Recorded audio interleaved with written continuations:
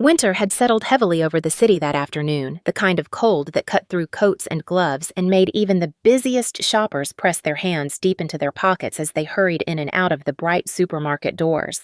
I had stopped by only because one of my company's community programs had installed a new feedback kiosk inside, and I wanted to see it myself. I was not expecting to witness anything beyond the usual bustle of carts and chatter until I heard the sharp voice of a cashier pierce through the noise. "Look, I told you already you cannot let your kid block the counter like that. This is a store, not a daycare." The tone was harsh enough to make half the customers glance over. A little girl stood there with a pink plush rabbit tucked under her coat. Her cheeks flushed from the cold, her breathing uneven as she coughed into her sleeve. Her mother stood beside her, digging frantically through her purse. "I am sorry. I am $3 short. I thought I had enough. Could you just give me a moment?" She was speaking quietly, almost pleading, but the cashier rolled his eyes in exaggerated frustration and said loudly enough for everyone nearby to hear, "Ma'am, if you cannot pay, you are holding up the line." Some people have places to be. My jaw tightened. I had seen moments like this before. People who were tired, stressed, overworked, and underpaid often took out their frustrations on the easiest target, someone who could not fight back. The mother looked like she had already been fighting battles all day. The girl coughed again, a rasp that worried me, and clutched her rabbit closer. I stepped forward before I even realized I was moving. "That is enough." My voice came out calm but firm, and the cashier's face shifted instantly as he recognized me, not personally, but the way people recognize someone who carries influence. "I am sure the store would prefer you not embarrass customers over $3. His mouth opened as if to argue, but he swallowed his response and looked away. I offered the mother a reassuring nod, but before I could say more, something small and folded slipped from the girl's pocket and landed near my shoe. She noticed immediately and gasped softly as she bent to pick it up, but the movement made her cough again and the paper fluttered closer to me. "May I help?" I asked gently. She hesitated, then nodded shyly. When I picked it up, I saw the first line written in a child's uneven handwriting. "Dear Santa, please send my mommy a dad." The words hit me with an unexpected force. Not a request for toys or games, not a childish fantasy. A plea for something far deeper, something no child should feel responsible for. Before I could process the weight of it, the mother reached out quickly and said, "That is nothing. Please do not mind it."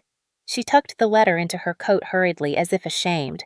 I offered her a warm smile to break the tension. "Your daughter writes beautifully." The girl peeked up at me, her eyes large and tired, but curious. I crouched slightly to her height. "Are you feeling all right?" She nodded, although her breathing told a different story. I kept my tone light, careful not to overwhelm her. "And who is your rabbit?" She lifted it a little.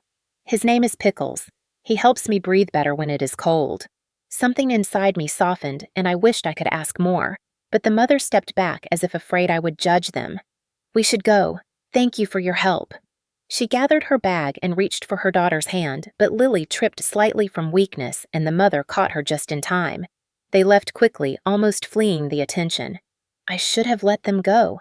Let their story remain a brief moment in my day, but when I looked down, I realized the girl's letter had slipped again and now lay near the edge of the cart lane. The mother had not noticed. This time the paper opened slightly in my hand, and I saw a simple drawing inside. 3 stick figures, a little girl in the middle, a woman with a bun, and a tall figure beside them smiling. I felt something shift in my chest. I could not explain it, but the drawing felt familiar, as if echoing something from my own childhood that I had not thought about in years. I slipped the letter carefully into my coat. It was not mine to keep, yet I could not bring myself to leave it behind. When I stepped outside, the wind bit sharply at my face. Across the parking lot, I could see the mother adjusting her daughter's scarf as they hurried toward a bus stop, the child coughing again into her small hands. I knew then this was not a moment I would forget, and it was certainly not a moment I could walk away from. I did not expect to see them again so soon, but life has a way of placing the same people back in your path when you are meant to notice them. The next morning, before heading to a board meeting, I returned to the same supermarket with a simple intention. I was not there to play savior or to hand out money. I wanted to correct the wrongness of what I had witnessed, nothing more. I had instructed my assistant to prepare a corporate gift card, part of our community outreach program funded by the company and not tied to me personally. I believed deeply in dignity in allowing help without humiliating the person receiving it. When I stepped inside, the fluorescent lights hummed overhead and customers murmured their usual early morning complaints. There, at the self-checkout kiosk, stood the woman from yesterday, Rachel, scanning a small basket of basics. A loaf of bread, a gallon of milk, children's cough syrup. Lily was beside her, holding her rabbit and coughing softly into his fur. I approached slowly, and when Rachel noticed me, she stiffened immediately, her hand tightening on the cart handle. "I do not want trouble," she said quickly, misreading my intentions. I raised my hands slightly to reassure her. "I am not here to cause trouble. I came to give you this." I placed the gift card on the counter, not handing it directly to her so she would not feel cornered. "This is from the company, not from me personally. It is part of our community support initiative. No strings attached." She stared at the card as if it were a trap. "Why would you do that? You do not even know us." I nodded, understanding the suspicion. "Yesterday, the way the cashier spoke to you was unacceptable. No one deserves that. This card is not charity. It is fairness." She hesitated, her eyes flicking to Lily, who was still coughing. I could see how torn she felt, pride pulling one direction, fear for her daughter pulling the other. Eventually, she reached out, but instead of taking the card, she gently pushed it back toward me. "I cannot accept this. People will think I am taking handouts." I lowered my voice. "People already think too many things about you that are not true. Let this be one thing that helps, not hurts." For a moment, the hard line of her jaw softened. Lily tugged her sleeve. "Mommy, my chest hurts again." That changed everything. Rachel swallowed hard, lifted the card, and whispered a thank you that sounded like it cost her more than I could understand. "No pressure," I added, "but if Lily needs medicine, there is a pharmacy 2 blocks east that offers discounted prescriptions. Their prices are kinder than most." She blinked, surprised I knew such a detail. "And how would you know that?" "Because my mother used them when I was younger," I said honestly. "Sometimes the best help is the kind that stays invisible." She did not reply, but something shifted in her expression, a slight thawing. As she checked out the cashier from yesterday, spotted me nearby, and straightened nervously as if expecting reprimand. I did not bother engaging him. Some lessons life will teach him without my involvement. When Rachel finished paying, she tried to leave quickly, but I followed her only far enough to hold the door open. Lily looked up at me with eyes that seemed too wise for 6. "Thank you," she whispered. "My mommy is tired." I met her gaze gently. "Everyone gets tired, sweetheart. That is why we help each other when we can." Rachel paused at the bus stop adjusting her daughter's scarf. She looked at me for a long moment, suspicion replaced with something closer to confusion. "Why are you doing this? People like you do not notice people like us." There was no bitterness in her tone, only weary truth. I took a breath. "Yesterday, I saw someone being treated unfairly. Today, I am making it right. Tomorrow, you will not remember me." She shook her head. "I doubt that." I hesitated, then decided to be honest. "And for what it is worth, Lily is a brave little girl. She writes with a lot of heart." The instant I said it, Rachel's entire body went rigid, her eyes widened. What did she write? I immediately regretted revealing I had seen the letter. I did not want her to think I had been prying into something private. It fell yesterday when she left the store. I picked it up so it would not get lost. "I am sorry if that crossed a line." Rachel exhaled shakily, her shoulders dropping as embarrassment flooded her expression. "She is just a child. She does not understand how the world works yet. She thinks everything can be fixed with wishes." I looked down at Lily, who was fidgeting with her rabbit. "Maybe sometimes it can." Rachel shook her head again, but her voice was softer this time. "Thank you for the card, but please do not think we expect anything else from you. We can stand on our own." I nodded respectfully. I would never assume otherwise. The bus approached with a low, mechanical rumble. Rachel gathered her things, lifted Lily onto the first step, then paused, turning slightly toward me. "You said yesterday was unacceptable. Most people would have walked away. Why did you not?" I met her eyes steadily. Because I do not believe dignity should depend on how much money someone has in their pocket. She swallowed the truth, hitting deeper than she expected. Then she stepped onto the bus and disappeared behind the closing doors. I stood there for a moment as the bus pulled away, the exhaust cloud blurring the street. I thought that was the end of it. I had no idea how wrong I was. I told myself I would not get involved again. I had already stepped outside my usual boundaries and done more than I typically allowed in my carefully structured world. But as I left the supermarket and crossed the street toward the parking garage, something made me look back through the wide glass windows of the store. Maybe it was instinct. Maybe it was the letter still folded in my coat pocket. Or maybe it was simply the way Lily's cough echoed faintly in my memory. Whatever the reason, I turned and saw them again. Through the window, I noticed Rachel struggling to zip her coat while trying to keep Lily warm against a gust of cold wind sweeping in each time the automatic doors opened. Rachel's coat was thin, the same one she had worn yesterday, and the sleeves were frayed. She wrapped her arms around Lily's small shoulders, trying to shield her from the draft, but she herself was visibly shivering. I watched as she knelt to Lily's level, rubbing her daughter's arms briskly, whispering something I could not hear. Lily nodded, doing her best to smile, even as her cough rattled her entire frame. The sight made the world around me slow to a stop. This was not a dramatic movie moment. This was not a scene staged for sympathy. This was real. A mother trying to protect her child from cold air while having nothing left to protect herself. I felt an ache in my chest that I had not felt in years. I thought I had turned my emotions off long ago, replacing them with strategy and efficiency. Yet there it was. A heavy pull, quiet but unmistakable. I leaned against the glass wall of the garage, watching them unseen. Rachel glanced around to make sure no one was watching, then quietly removed her own scarf to wrap around Lily's neck. The scarf was thin and worn barely enough to help either of them, but she tied it carefully, tucking the ends under Lily's jacket as if it were made of the finest wool. Lily whispered something and touched her mother's cheek. Rachel tried to smile, but her eyes looked exhausted, resigned, and far older than her young features should have appeared. She stood slowly, steadying herself against the shopping cart for a moment, as if the weight of life pressed down just a bit too hard. I knew that posture well. It was the posture my own mother had once held during winters when she worked double shifts, skipping meals so I could eat. Something inside me cracked. Before I fully understood what I was doing, I walked back toward the store entrance. I did not want to embarrass Rachel. I did not want her to feel like I was swooping in to rescue her. So instead of approaching directly, I stepped inside and went to the small display of winter accessories near the front. A rack of coats and thick scarves was set up for customers who needed last-minute cold weather gear.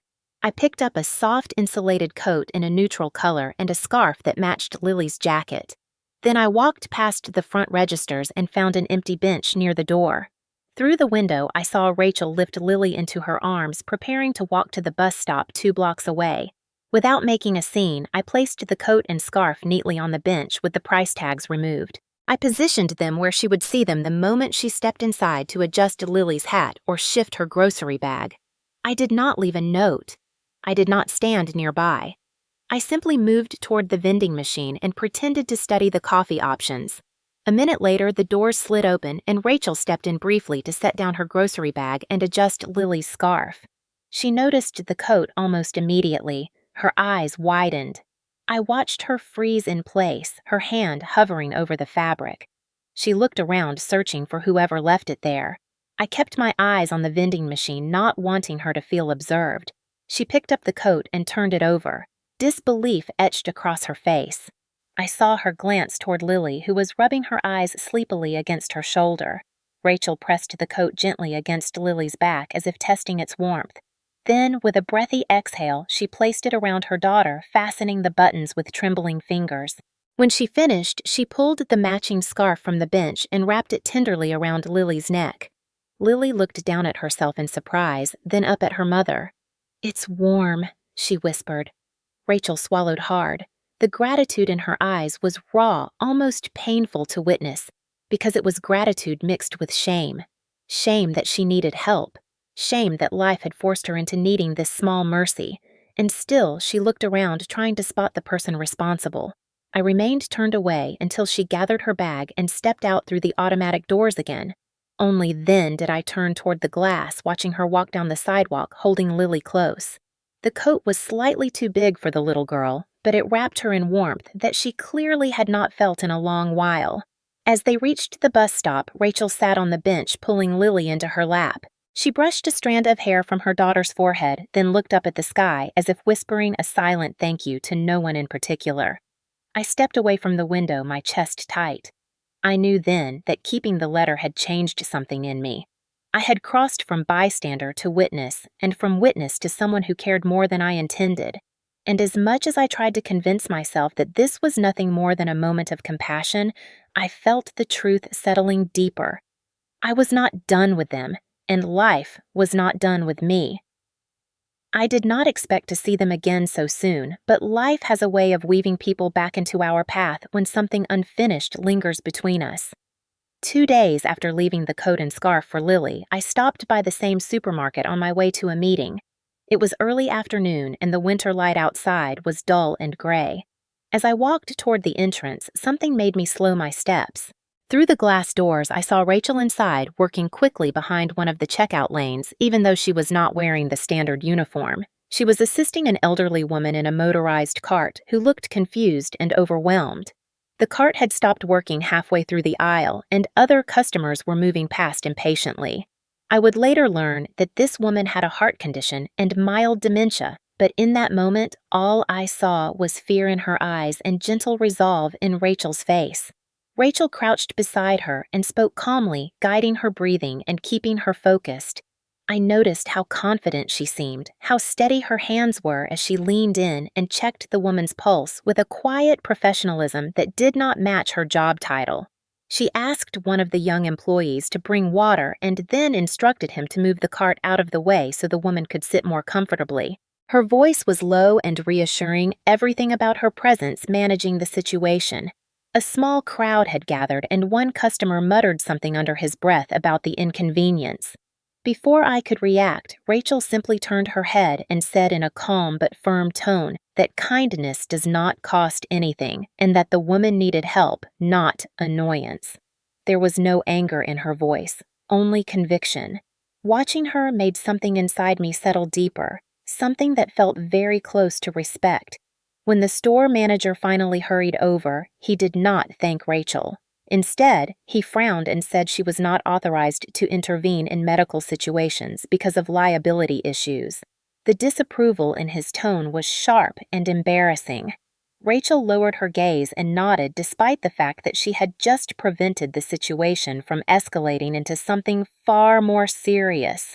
I wanted to step in and tell him he was wrong, but I sensed that doing so would humiliate her more. She had pride, and I was beginning to understand just how much she fought to preserve it. After the elderly woman was safely transported to her daughter's car, Rachel returned to her lane quietly. I noticed the slight tremor in her hands, likely from having skipped lunch again. She moved with exhaustion hidden behind practiced humility. I browsed the aisles without much intention replaying what I had seen. It was clear to me that Rachel had skills far beyond this job. The way she handled the crisis, the steady tone of her voice, the instinctive medical checks all hinted at training she had once received. I picked up a few items and walked toward her checkout lane. She did not notice me at first. Her shoulders were stiff, and the small lines of fatigue around her eyes seemed deeper today. Lily sat on a stool at the end of the counter, coloring on a torn sheet of paper. Her small cough echoed faintly, though it sounded a bit better than before. When Rachel looked up and saw me, surprise flickered across her face, followed by something else, wariness. She greeted me politely, but without the defensive edge I had seen the first day we met. I placed my items on the belt and pretended not to notice how pale she looked. I could tell she had not eaten. Her voice trembled slightly as she told me my total. Before I could say anything, Lily tugged on her mother's sleeve and whispered something about being hungry. Rachel gave her a soft smile that did not reach her tired eyes. I paid and stepped aside as she helped the next customer. Then I walked to the small prepared foods section and purchased a warm meal along with a fruit cup and juice. I did not approach Rachel directly. Instead, I walked back to Lily, crouched down, and gently handed the small bag to her. "This is just something warm to help you feel strong today," I said softly. Lily looked at the food, then at me, hesitating. Rachel noticed and hurried over, already shaking her head. "I am sorry, but we cannot accept," I cut her off quietly. "She can give it to you instead of me." Lily's face brightened as she placed the meal into her mother's hands. Rachel froze, caught in a moment she could not refuse without hurting her daughter's feelings. Her eyes softened just a little, just enough to let me know she understood that I was trying to respect her dignity.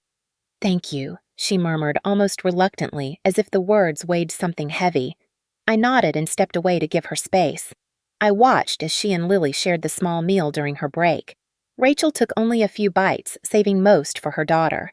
Lily giggled between mouthfuls, and Rachel brushed her cheek with a tenderness that made my chest tighten unexpectedly. Later, as I walked toward the exit, Rachel approached me, her coat pulled tightly around her shoulders. "I wanted to thank you," she began, looking at the floor, not for the food, but for not trying to make it a moment. I understood exactly what she meant. There are ways of helping that make people feel smaller. She was acknowledging that I had avoided those ways. She looked up then, and something new appeared in her expression. Not trust, not yet, but the beginning of it. Before she could say anything more, Lily ran over and hugged her leg, holding up a small crayon drawing of 3 figures. When she tilted the paper toward me, I caught my breath. It was a picture of Rachel, Lily, and someone tall beside them. Someone who looked like me. The first sign that something was wrong appeared in the faint wobble of Rachel's knees as she reached for a box of canned soup on the top shelf. It was late afternoon and the store was unusually crowded. Winter sales had drawn in families hurrying to stock up before another storm swept through the city. I had returned to the supermarket to pick up a few items before heading to a meeting. Nothing emotional or intentional, and yet I found myself glancing down the aisles, searching for the familiar shape of Rachel's posture or the soft sound of Lily's small cough. I did not realize how much I had begun to pay attention until that moment when I noticed Rachel attempting to steady herself by gripping the shelf with one hand. At first, she managed to stay upright, but then her breathing became shallow and rapid. Her face paled, her lips losing color. A customer brushed past her without noticing anything. Another one complained loudly that she was blocking the aisle. She murmured an apology and tried to move aside, but her steps faltered. The store's fluorescent lights seemed harsher that day, casting sharp shadows across her features. A sheen of sweat covered her forehead despite the cold weather. I took 2 quick steps forward, just as she reached for a bottle of cleaning spray to scan. Her fingers slipped. The bottle clattered onto the conveyor belt and she swayed dangerously. For a second, everything slowed. The sound of people talking around us blurred. Rachel's eyes fluttered closed and her knees buckled. I did not touch her. Not because I did not want to, but because I knew the rules. In America, especially in public spaces, especially as someone with resources and visibility, I needed to be careful. Liability, misunderstanding, risk, all of it shaped my instincts. Instead, I caught the attention of the nearest employee and shouted for help. A young cashier rushed over, her expression panicked. "Call EMT," I said firmly. "Now." The cashier fumbled for her radio and paged the manager. 2 customers gasped when Rachel collapsed fully onto the floor. Lily, who had been coloring on a small stool behind the counter, screamed "Mommy" and ran toward her. I stepped in front of her gently to keep her from getting tangled in the commotion. She looked up at me with wide, terrified eyes that pierced my chest. "Why is Mommy sleeping?" she asked, her voice trembling. "She is not sleeping," I told her softly. "She just needs help, and help is coming." Within minutes, the store's emergency protocol kicked in. 2 EMTs arrived wheeling a stretcher. They knelt beside Rachel and checked her vitals while asking what had happened. One of them looked at me expecting context. "She collapsed suddenly." I explained she seemed dizzy before it happened. The EMT nodded and continued examining her. When they mentioned taking her to the ER, Rachel's eyes snapped open, weak but panicked. "No hospital," she whispered. "Not with insurance. Not with the bill." The EMT exchanged a look with his partner.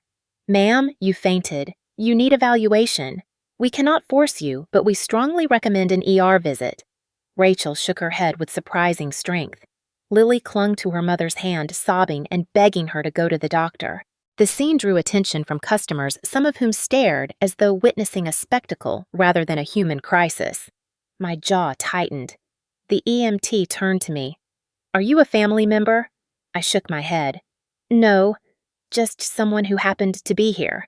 I paused, then added, "But I can help arrange care." Rachel tried to sit up but swayed again.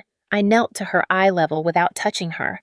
"There is a community clinic 6 blocks away," I told her gently. "They will see you for a fraction of the ER cost. They have walk and urgent care. It is safe. I can get you there." She looked at me through hazy confusion, then nodded faintly, as if choosing the option that terrified her least. With the EMT's permission, I arranged a taxi van that allowed the stretcher to be folded down. They helped Rachel inside, and Lily climbed in after her, gripping her mother's coat tightly. I sat in the front passenger seat, giving them space, but close enough to intervene if needed. The clinic was small, clean, and understaffed like most community health centers across the country. The nurse at the desk recognized the urgency and rushed Rachel into an exam room. Lily sat beside me on a plastic chair, hugging her plush bunny and sniffling. "Is Mommy going to die?" she asked in a voice so quiet it barely existed. The question hit me with a force I was not prepared for. "No, she will not," I said. "Your mom is strong. She just needs a little help today." Lily leaned into my side and I rested my hand lightly on her back, careful not to cross boundaries, but unable to ignore the tremble in her small body. After what felt like hours, but was only about 40 minutes, the doctor emerged. "Mild dehydration, early bronchitis, extreme fatigue," the doctor explained. "She needs rest medication and less physical stress." Then he turned to Lily, coughing through her sleeve, and added, "But your daughter also needs treatment." My pulse spiked. "Lily, too." The doctor nodded. "Early signs of a respiratory infection. We will give her antibiotics." I exhaled slowly. Rachel sat up in the exam room, looking both relieved and ashamed. "I do not know how to thank you," she whispered. I shook my head. "Do not thank me. Just get better." She looked at me for a long moment, searching for something in my expression, then said the words that cut deep. "I do not understand why you keep showing up." I wanted to tell her the truth, that I did not understand it either, that sometimes the heart notices people long before the mind admits it. But instead, I simply said, "Because you matter." The clinic's waiting room grew quieter as evening folded into night, the kind of quiet that seeps into your bones and makes every breath sound louder than it should. The fluorescent lights hummed overhead while the heater rattled against the cold. I sat beside Rachel as Lily slept curled against her mother's lap, her small hand clinging to the sleeve of Rachel's coat even in unconsciousness. Rachel kept brushing her daughter's curls away from her forehead, her fingers trembling from exhaustion and something else she could not name. For the first time since we met, there was no rush, no emergency, no eyes watching. Just the three of us in a small room where truth could finally sit between us. Rachel exhaled shakily and leaned back against the wall. "I am sorry you had to see all that," she murmured. I shook my head. I did not have to see anything. I chose to stay. She looked at me as though the idea itself was foreign. People do not usually stay. They help until it is tiresome, or until it affects their image. I almost smiled. "You think staying makes my image worse?" She shook her head. "No, I think it makes you vulnerable." Her words landed with unexpected weight. Vulnerable was not a word I allowed myself often, not publicly, not privately.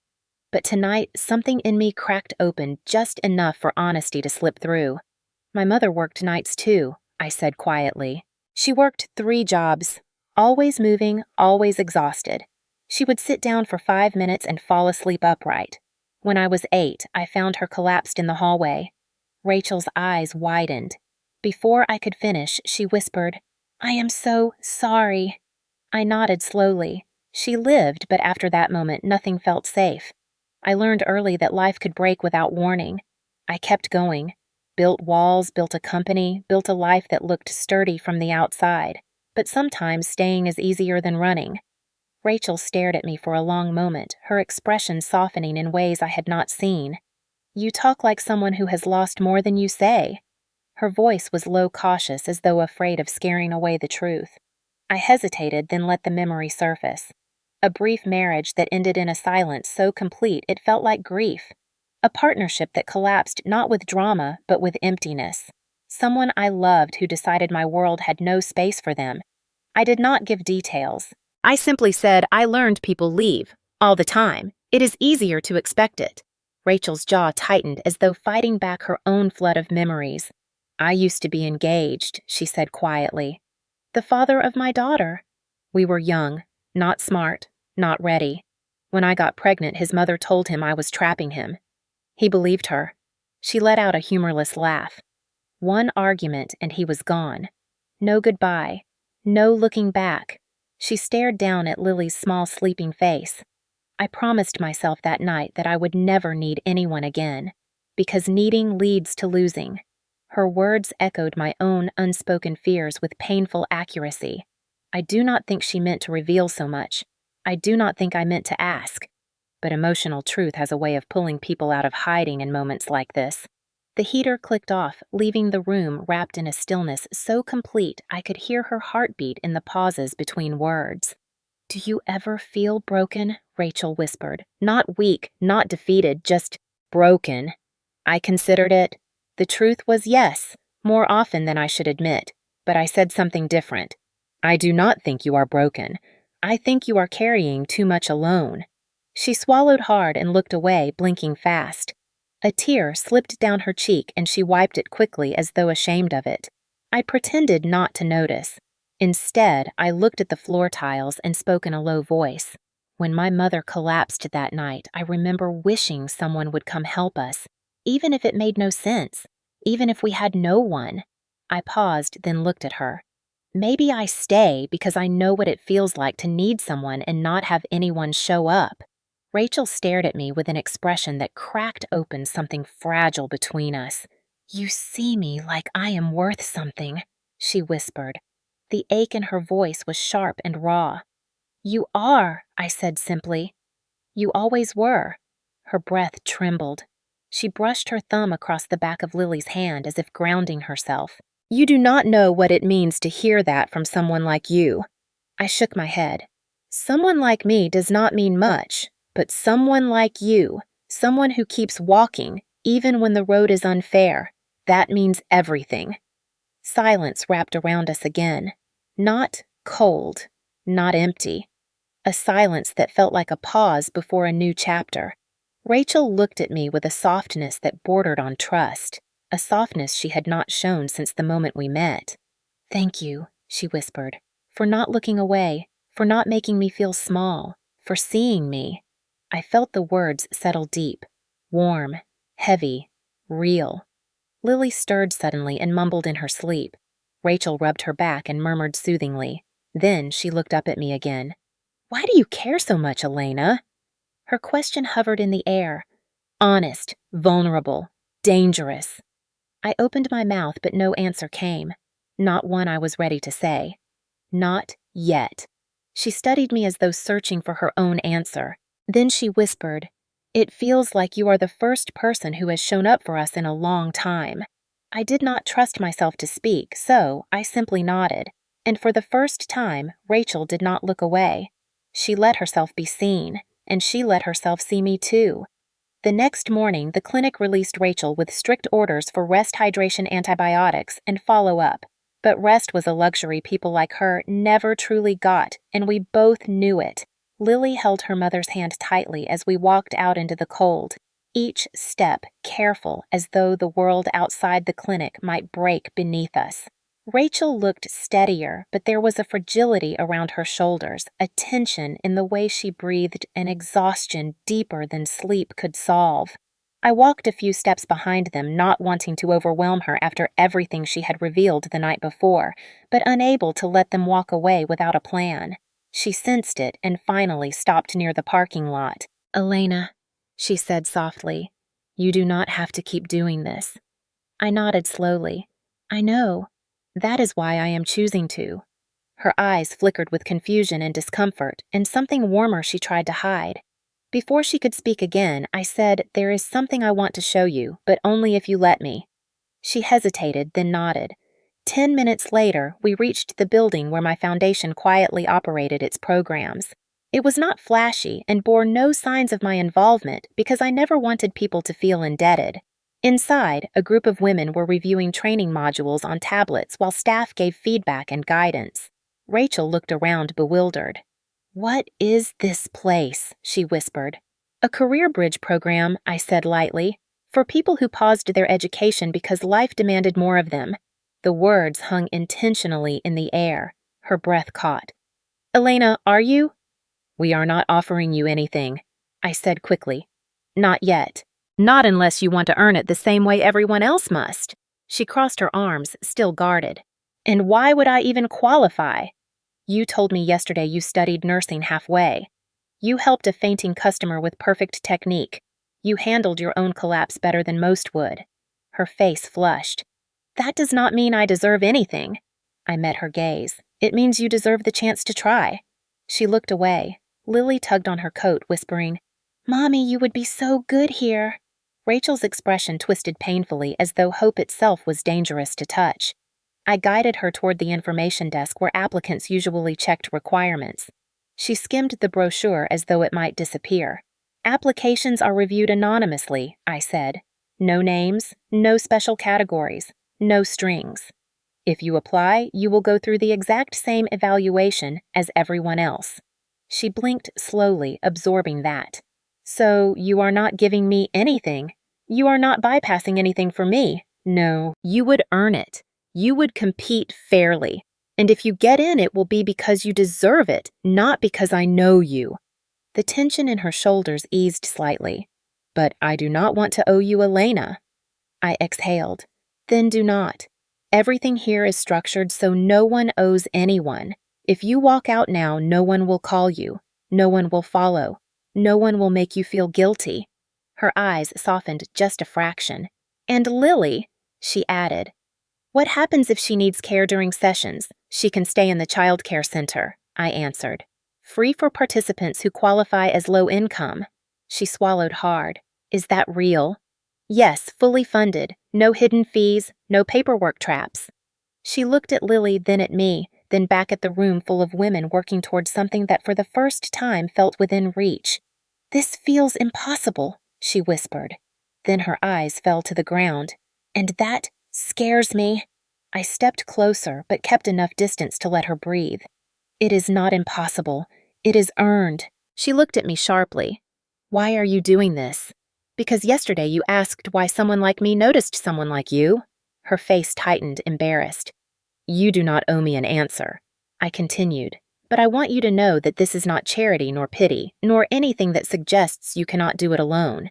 It is a door. It will stay closed unless you open it." She closed the brochure, slowly pressing it to her chest like it might disappear. "What if I fail?" she whispered. Her voice was barely there. "Then you fail trying, and trying is more than most people get the courage to do." She stared at me long enough that I saw the battle happening behind her eyes: pride, fear, exhaustion, hope. Hope was winning by an inch. Lily tugged her hand again. "Mommy, you always tell me to be brave. Maybe you can be brave too." Rachel pressed her lips together as tears gathered fast, then fell just as quickly. She brushed them away, roughly angry at herself for showing weakness, but I saw it the moment she broke. Not in despair, in belief. A belief she had not allowed herself in years. "I want to try," she whispered. Those 4 words felt like a shift in the air, like something opening quietly but powerfully. "Good," I said softly. "Then you will apply like everyone else." She nodded firmly, wiping the last tear. "But Elena, if I do this, it is for Lily, not for you." I smiled gently. "For Lily is enough." It was also untrue, but I did not say it. She turned back to the reception desk, ready to speak with the coordinator. Lily skipped beside her, humming some tune that felt like sunshine, and as I watched them move forward, I felt the rare, unmistakable weight of witnessing someone step into the possibility of their future. For the first time, Rachel was not surviving. She was beginning. The first week of the program revealed things about Rachel that even she seemed surprised to rediscover.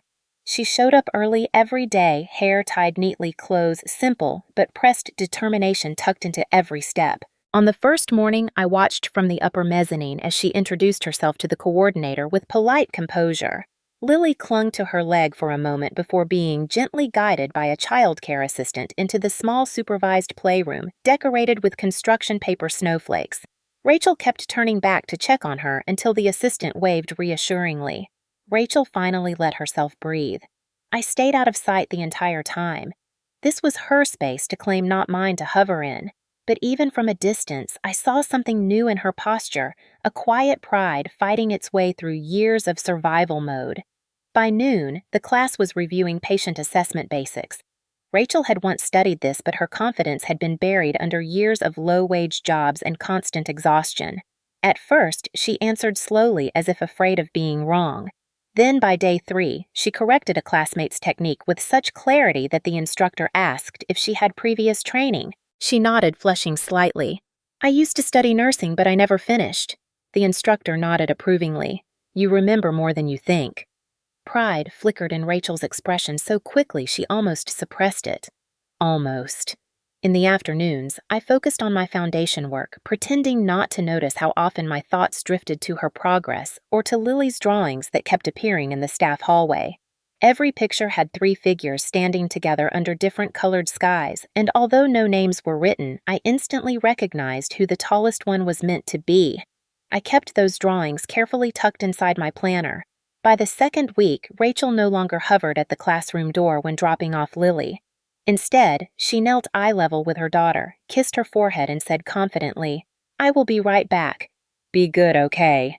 Lily always nodded, grinning wide, full of trust. A trust that seemed to be expanding beyond just her mother. One afternoon, as Rachel exited a practical exam, the coordinator pulled me aside. "Has she worked in healthcare before?" he asked quietly. "Sort of," I replied. "Why?" "Because she reads patients better than most of our interns. And because she listens." "You cannot teach listening." His words stayed with me as the day wound down. Later that evening, I passed the playroom and saw Rachel crouched beside Lily, helping her zip up her lavender coat. The two talked softly. Lily laughed at something, and Rachel's shoulders softened in a way I rarely saw. The moment felt intimate somehow, like a window into a world I was only observing from the outside. I turned to leave, but Rachel noticed me and straightened abruptly, brushing hair from her cheek. "Elena," she said, sounding startled. "I did not expect to see you still here." I smiled lightly. "Just finishing up." "How was today?" She hesitated, then spoke in a quieter voice. "I did well. I think. I do not know." I nodded gently. "You did." She flushed as though embarrassed by praise. Before she could respond, Lily tugged on my sleeve and held up a drawing. It showed 3 stick figures under a bright blue sky holding hands. The tallest one wore a blazer suspiciously similar to mine. I took the drawing kneeling to meet her eye level. "Is this us?" Lily nodded enthusiastically. "Mommy said pictures tell the truth." My heartbeat stumbled. Rachel let out a soft huff of embarrassment. "Lily, honey, we talked about drawing people without asking them first." I shook my head, smiling. "It is beautiful." "Thank you." Lily grinned and skipped away. Rachel rubbed her forehead. "I am so sorry I did not know she was drawing. She was telling the truth," I said softly. Rachel looked up sharply. "About what?" "That pictures tell the truth." Her breath caught, but she said nothing. Instead, she focused on zipping Lily's backpack. There was a tension between us that neither of us had chosen, but both of us felt. Something warm, something dangerous, something growing. Over the next few weeks, that tension only deepened. Rachel excelled academically. Her instructors praised her clinical instincts and her ability to remain calm under pressure.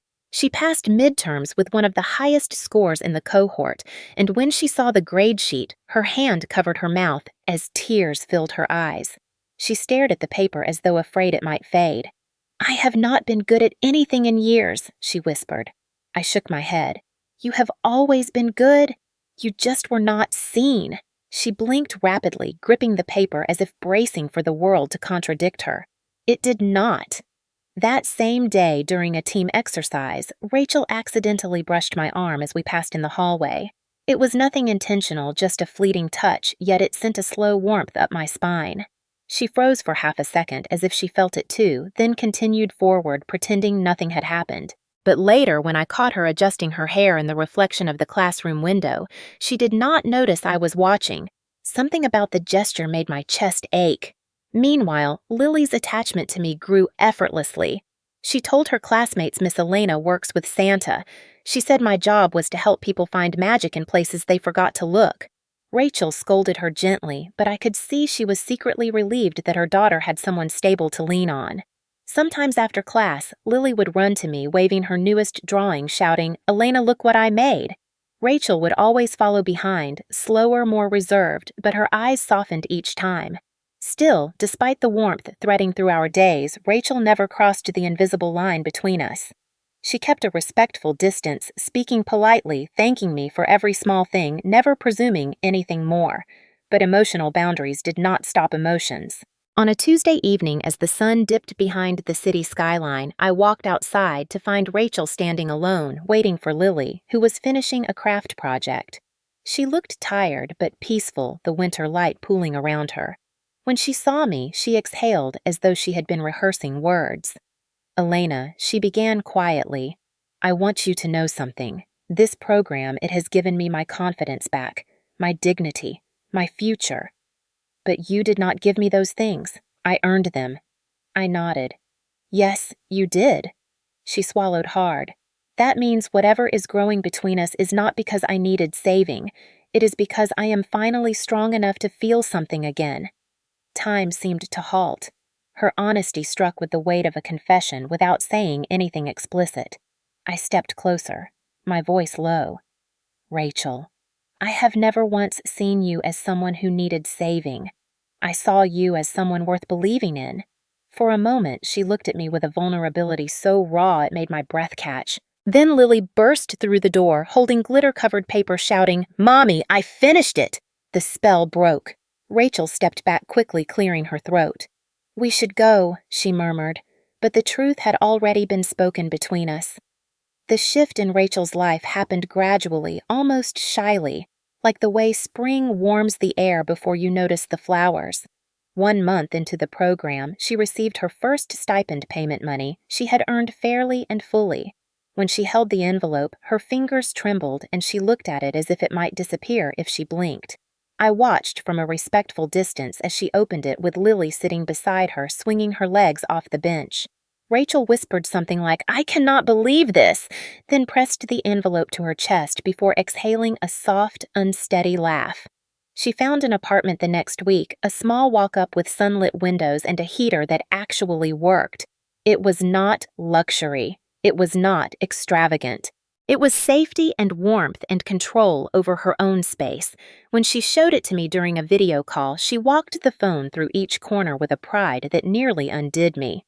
"This is our bedroom," she said, pointing to a room just big enough for a twin bed and a dresser. "And this is Lily's corner." Lily had taped her drawings on the wall shapes and colors, forming a chaotic mural. At the center of it was a new drawing. 3 people hand in hand beneath a Christmas tree. My chest tightened, but I smiled. "It is beautiful," I said. Rachel nodded slowly, her voice softer. She drew it without me asking.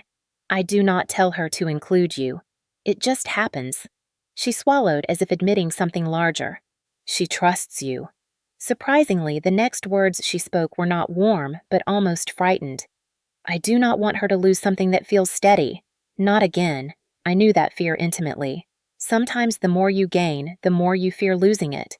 That fear only grew as Rachel's life stabilized.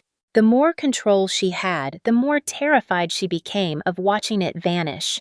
One Friday afternoon, after her clinical skills evaluation, she approached me outside the building, her shoulders tight, lips pressed thin. "Elena, can I ask you something honestly?" I nodded, bracing myself. "Is all of this temporary? Am I just someone lucky for a season, or am I building something real?" Her eyes were not angry, but cautious, like someone reaching for a doorknob that had burned them before. I answered carefully, "You are building something real, Rachel. Everything you have now exists because you earned it. Nothing can take that from you." She nodded, but her expression did not ease. Fear lingered behind her eyes. Later that week, I was invited to the new apartment for dinner. Rachel insisted it was simple, nothing fancy, but when I stepped in, the smell of warm garlic and baked chicken wrapped the room in comfort. Lily barreled toward me, almost slipping in her socks, and held up another drawing. This one showed 3 stick figures inside a house, and above them was a scribbled heart. Rachel flushed a deep shade of pink. "Lily, sweetheart, we talked about not drawing people into things unless they say it is okay." Lily shrugged, unconcerned. "But it is true," she said. "Elena belongs." The room went still. Rachel's eyes darted to me, then away quickly, as if she feared she had crossed a line she could not walk back from. I knelt to meet Lily's gaze. "You have a big heart," I told her gently, "and I am honored to be in your pictures. But your mommy is the one who chooses who belongs in her life." Lily nodded, accepting the logic, but still grinning as if she already knew the ending to a story we had not caught up to yet. Dinner was warm, the kind that feels like an exhale after running for too long. But beneath the softness, there was a fragile undercurrent. I saw it whenever Rachel looked at me too long and looked away too quickly. I felt it when I reached for a glass of water at the same time she did, and she froze inches from my hand. After dinner, when Lily was occupied in her room, Rachel and I washed dishes together. Our shoulders occasionally brushed. Each touch felt like a quiet explosion under my skin. At one point, she paused, her hand submerged in soapy water. "Elena," she said, her voice so quiet it was almost drowned by the faucet. "I need to say something, and I need you not to take it the wrong way." I nodded. She inhaled, shaking slightly. "You are becoming important to me. And that is terrifying, because every time something good shows up in my life, it disappears. People walk away, opportunities fall apart, and I am left trying to convince myself I should have known better than to trust it." Her throat bobbed. "What if this is like that? What if I let myself believe in stability in you, and I lose everything again?" Her honesty carved into me with painful precision. I answered slowly, feeling every word. "Rachel, I am not here to disappear. If I offer you presence, it is because I mean it. If I offer stability, it is not fragile. You do not owe me anything. I am here because I care about your growth, your future, and Lily's safety." She shook her head. "See, that is what scares me. No one has cared for me without wanting something back. It feels dangerous." I stepped closer, not touching her, but close enough that she felt my sincerity. "Sometimes good things are not traps. Sometimes they are doors." She blinked hard, fighting tears. "And sometimes doors slam." Her voice cracked. "I cannot let my daughter hope for something that leaves." She looked away. Or let myself hope. The room fell quiet except for the clink of cooling dishes. Then Lily ran out waving a coloring book, asking me to read to her, and the heaviness dissolved into a gentler evening. But her words stayed with me long after I left. Fear is loud when life finally becomes quiet enough to hear it. The next day, during class break, I overheard Rachel telling a fellow trainee that she finally felt like she could breathe again but was terrified of the air disappearing. She did not know I was standing near the doorway. It made something inside me tighten with a fierce protectiveness. That evening, as I walked home, the winter wind cut sharply down the block. I pulled my coat closer and realized something with absolute clarity. Rachel was not afraid of me. She was afraid of hope. And hope is the most fragile thing a woman who has survived too much will ever hold. The snowfall arrived earlier than expected that week, thick and heavy, like the sky had finally decided to empty all the weight it had been carrying. I was in my office reviewing the latest audit report when my assistant rushed in with a pale face and a tablet trembling in her hand. "Elena, you need to see this." I looked up, and in a second, everything inside me dropped. A headline was plastered across every major news outlet accusing my company of exploiting low-wage employees during holiday staffing. The article twisted numbers, took quotes from anonymous workers, and painted a picture of me as a heartless executive who profited from the desperation of struggling families. It was all exaggerated and in some cases entirely false, but truth rarely mattered once outrage took root. Within hours, social media was on fire. Anonymous users called for boycotts. Former critics resurfaced with old grievances.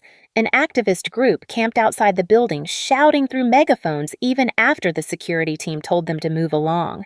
And though I had weathered storms before, something about this one cut deeper, maybe because of what I had been building privately with Rachel and Lily. The more the world attacked me, the more I feared they would be dragged into a fight that had nothing to do with them. I shut the blinds and sat in my darkened office, feeling the weight settle into my bones. For the first time in a long time, I felt something close to helplessness. My phone buzzed nonstop, reporters, lawyers, board members, all wanting something from me, an answer, a statement, a shield. I could not bring myself to pick up. Around 7, the snow outside had become a white curtain. The streets were muffled, the city hum swallowed. I sat with my head in my hands and wondered if everything I had tried to build had been an illusion, if I had been foolish to believe that a life could shift directions simply because my heart had shifted first. Then the elevator dinged. I did not look up at first, assuming it was my assistant returning for another crisis briefing. But then I heard footsteps, not hurried or anxious, but steady and familiar. "Elena," a voice said softly. I froze. "Rachel." I turned slowly, unsure whether I was imagining her. She stood just inside the doorway. Snowflakes caught in her hair, her cheeks pink from the cold, her coat too thin for the weather. She looked nervous but determined, holding a thermos in both hands like a peace offering. "I heard what happened," she said. Her voice was gentle, but held an undercurrent of steel. "I came straight here." I swallowed, trying to steady myself. "You should not be out in this weather. And you should not be alone right now," she replied. Her eyes scanned the dim office, seeing the mess of unread messages, discarded drafts, and me sitting in the center of panic. Rachel approached quietly, set the thermos down, and pulled a chair beside me. "I brought cocoa," she said. "Lily made me promise to give it to you." The air shuddered out of my chest. "I cannot drag you into this," I said. "It is ugly, it is loud, and people are cruel." Rachel leaned forward, resting her elbows on her knees. "Do you think I do not know cruel?" she asked calmly. "Elena, I have lived through worse storms than internet comments." I looked at her truly. Looked at her. Her steadiness was not loud or performative. It was a quiet kind that anchored the room. "They are making me out to be a monster," I whispered. Rachel nodded slowly. "Sometimes people decide who you are before they ever meet you. Sometimes the world gets it wrong." My throat tightened. What if this ruins everything? My career, my work, the programs that help women like you? What if I lose all of it? Rachel shook her head. "You are not defined by headlines, and neither is your goodness." But her voice caught slightly, and she exhaled shakily before continuing. "Elena, listen to me. You showed up for me when no one else did, when people mocked me, when managers dismissed me, when I felt invisible. You stood there and you did not flinch. Now it is my turn." I stared at her, unable to speak. She reached out slowly, giving me time to pull away, but I did not. Her hand rested gently on mine, warm, soft grounding. "You are not alone," she said. "Everyone deserves someone to stand beside them when the world gets loud." I closed my eyes, the weight of her words sliding deep inside like relief and sorrow tangled together. "You do not owe me this, Rachel." She shook her head. "This is not about owing. This is about choosing, and I am choosing to be here." The room felt different then, warmer, quieter, even with the chaos outside. I wanted to believe her more than I had wanted anything in a long time. But fear rose anyway, heavy and familiar. "I lose people," I said quietly. "It is a pattern. I get close and then something happens and they leave." She inhaled deeply, eyes softening. "Not everyone leaves Elena. Not everyone." The silence after her words was not empty. It was full of everything I had been afraid to say, everything she had been afraid to hope for, everything that was slowly becoming real between us. Snow pressed thick against the windows, muting the city until it felt like only the two of us existed in that moment. Rachel squeezed my hand once, not demanding, not promising, just reassuring. Then she let go, stood, and wrapped her coat tighter around herself. "I should get back before the road's ice," she said. But she paused at the door and turned back. "Elena, if you need me tomorrow or the next day, or whenever you are ready, I will be here." She gave a small, almost shy smile. "Good night." after she left the office felt less suffocating. I held the thermos she brought and unscrewed the lid. The cocoa was warm, rich sweet, and tasted faintly of hope. I did not sleep that night. The storm outside eased, but the storm inside me remained sharp and awake. Every headline replayed in my mind, every accusation, every twisting of my intentions until the person I saw in those articles felt like a stranger wearing my name. By morning, my chest felt tight from exhaustion, but I forced myself up dressed and headed to the community center for a board meeting. I told myself it would distract me. It did the opposite. Halfway through the meeting, as I was presenting the winter fund projections, the doors opened quietly, and there she was. Rachel. She hesitated at the entrance, scanning the room until her eyes landed on me. Then her expression shifted in a way I could not read. Concern, maybe. Or confusion. Or both. I followed her gaze downward, and my heart stopped. On the conference table behind me stood a framed plaque with my full name and title. Elena Harrington, Chief Executive Officer, Harrington Group. The truth of who I was hung in the air like a cold silence. Rachel blinked slowly as if her mind was piecing together every unanswered question, every coincidence, every inexplicable convenience. I stepped toward her instinctively, but she held up a hand barely perceptible, but enough to make me stop. "Elena," she whispered. I tried to speak, but the words tangled in my throat. Rachel excused herself from the doorway, and I followed her out into the hallway, closing the door behind me. The echo of the latch felt like a verdict. She stood with her arms wrapped around herself, not from cold, but from impact. "So all this time," she said softly, "you were—" Her voice trailed off, but the unspoken words filled the hallway. "You were the one with power. You were the one making decisions. You were the one behind every safety update and every support program." I swallowed hard. "I wanted to tell you," I said quietly. "I planned to, but I needed you to trust that nothing I did was because of my position." She looked at me sharply, hurt flickering in her eyes. "But how could it not be because of your position, Elena? People like me do not cross paths with people like you, unless there is a reason." I stepped closer, careful, slow. There was a reason, but it was never pity. Her breath shook. It felt like she was fighting back something raw.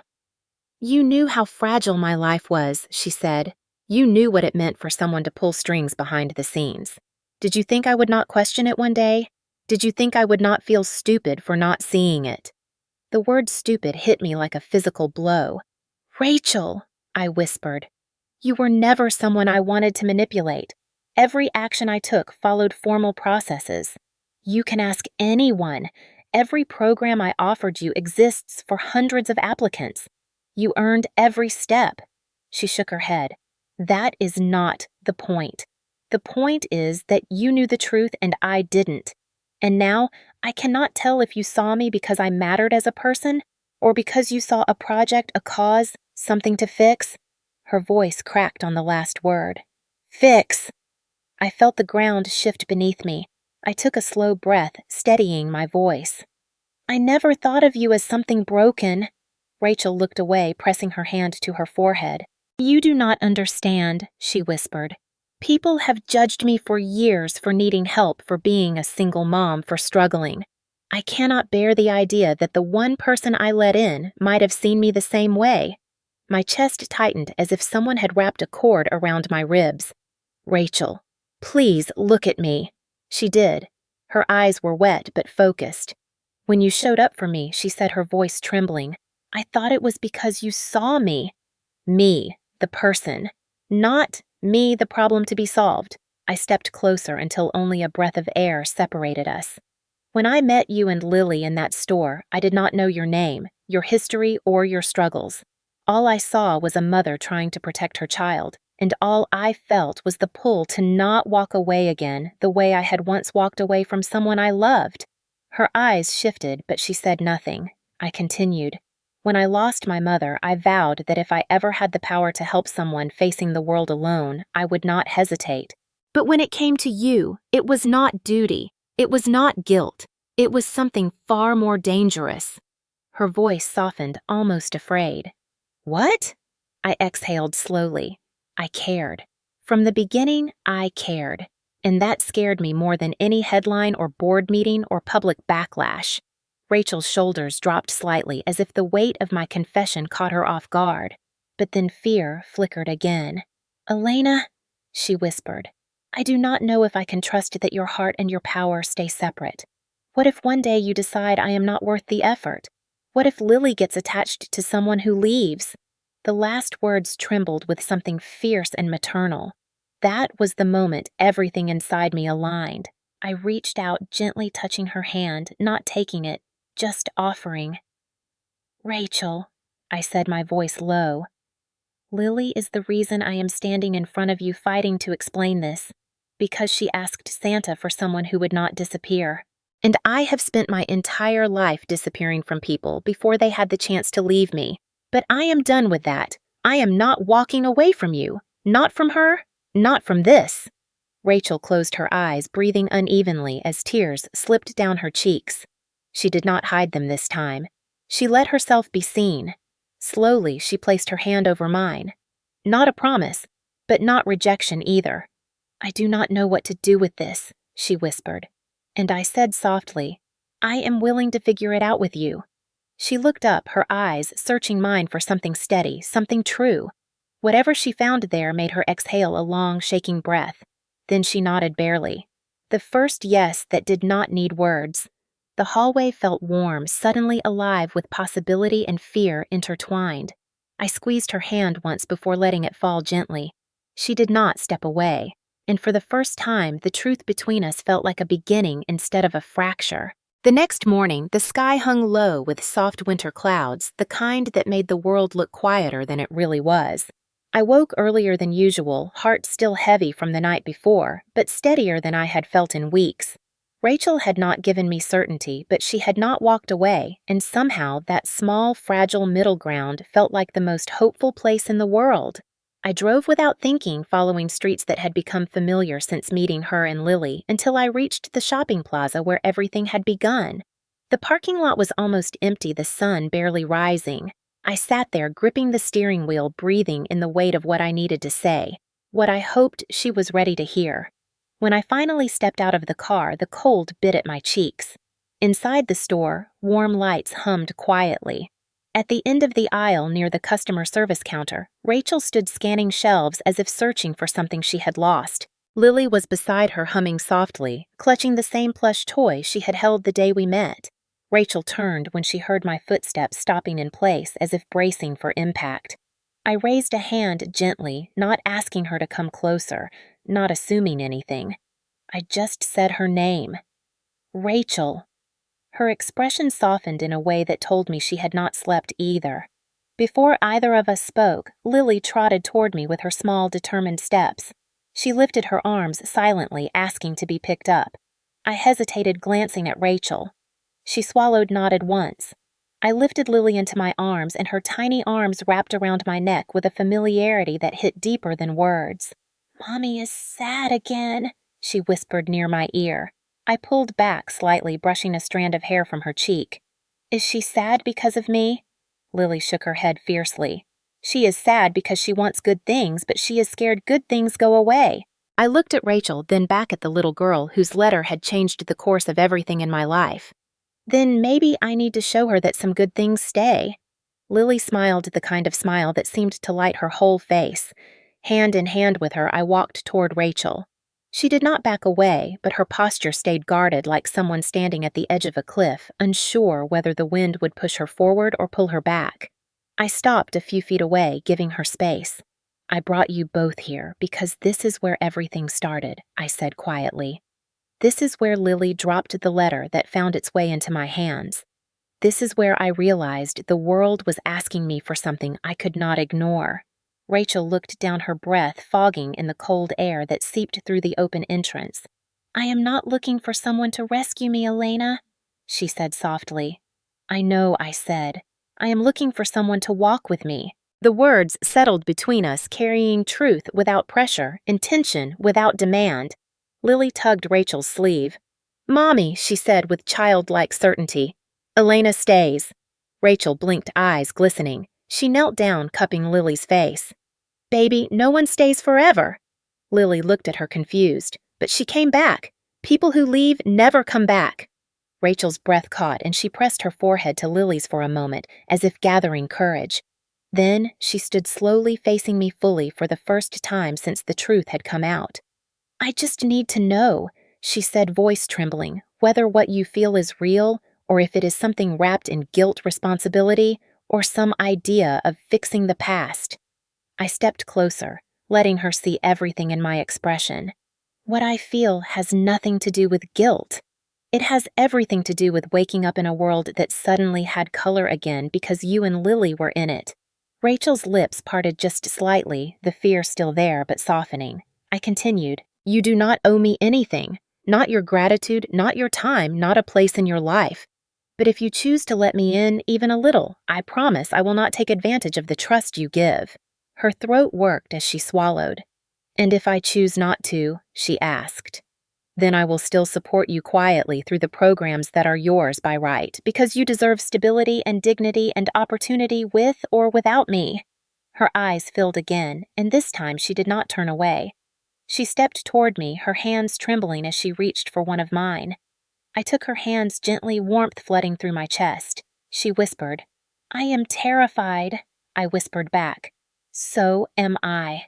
And somehow that admission cracked open the last wall between us. Rachel inhaled shakily, then exhaled as if letting something go. Elena, she said slowly, I cannot promise anything except that I am willing to try.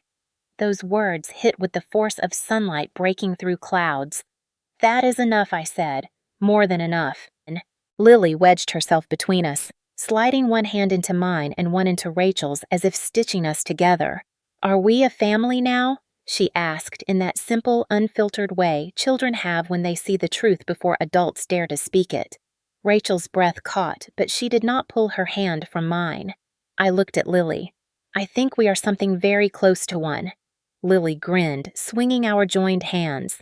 Rachel let out a soft laugh that sounded like relief and exhaustion and hope all braided together. The automatic doors behind us opened, letting in another gust of cold air, but the three of us stood there warm in a way that had nothing to do with temperature.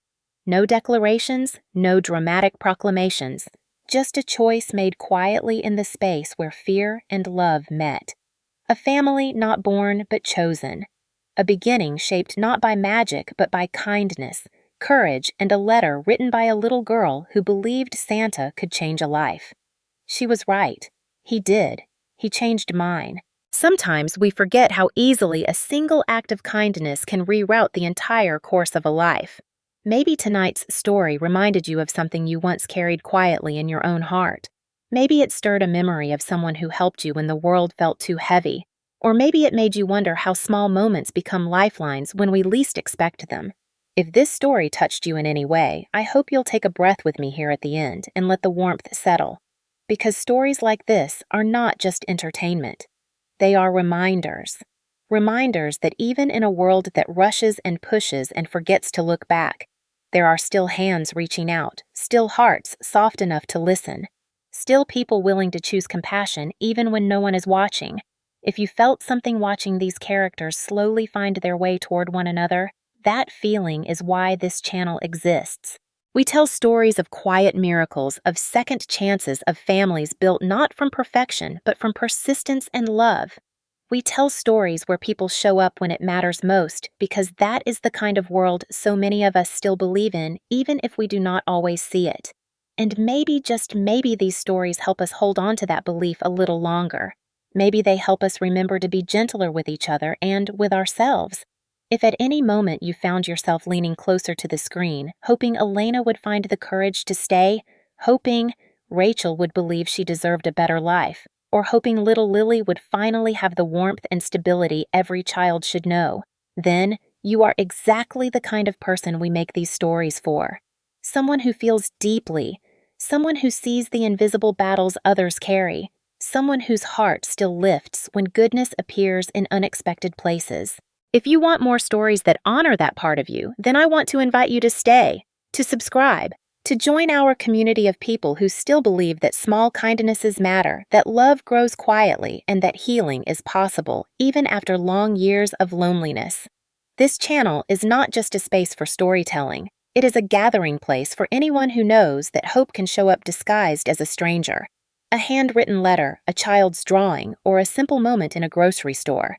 And if this story reminded you that connections can form even between people who come from different worlds, that generosity does not have to be grand to be meaningful, that dignity should never be something we have to earn, then I hope you will stay for the next chapter and the next and the next. Because every time you watch, every time you like or share, you help these stories reach someone who might desperately need the reminder that they are not alone. Someone who might be standing in their own version of that cold aisle or clutching their own quiet letter to Santa, hoping for something more. You might be the reason that story reaches them. You might be the hand they did not expect. And if you have ever believed that compassion can still change a life, then I hope you will subscribe and help us keep telling stories that honor the best parts of who we can be. Thank you for spending this time with us. Thank you for caring. And if this story touched your heart, remember this. Sometimes the smallest stories are the ones that stay with us the longest, and sometimes the family we find is the one we never saw coming.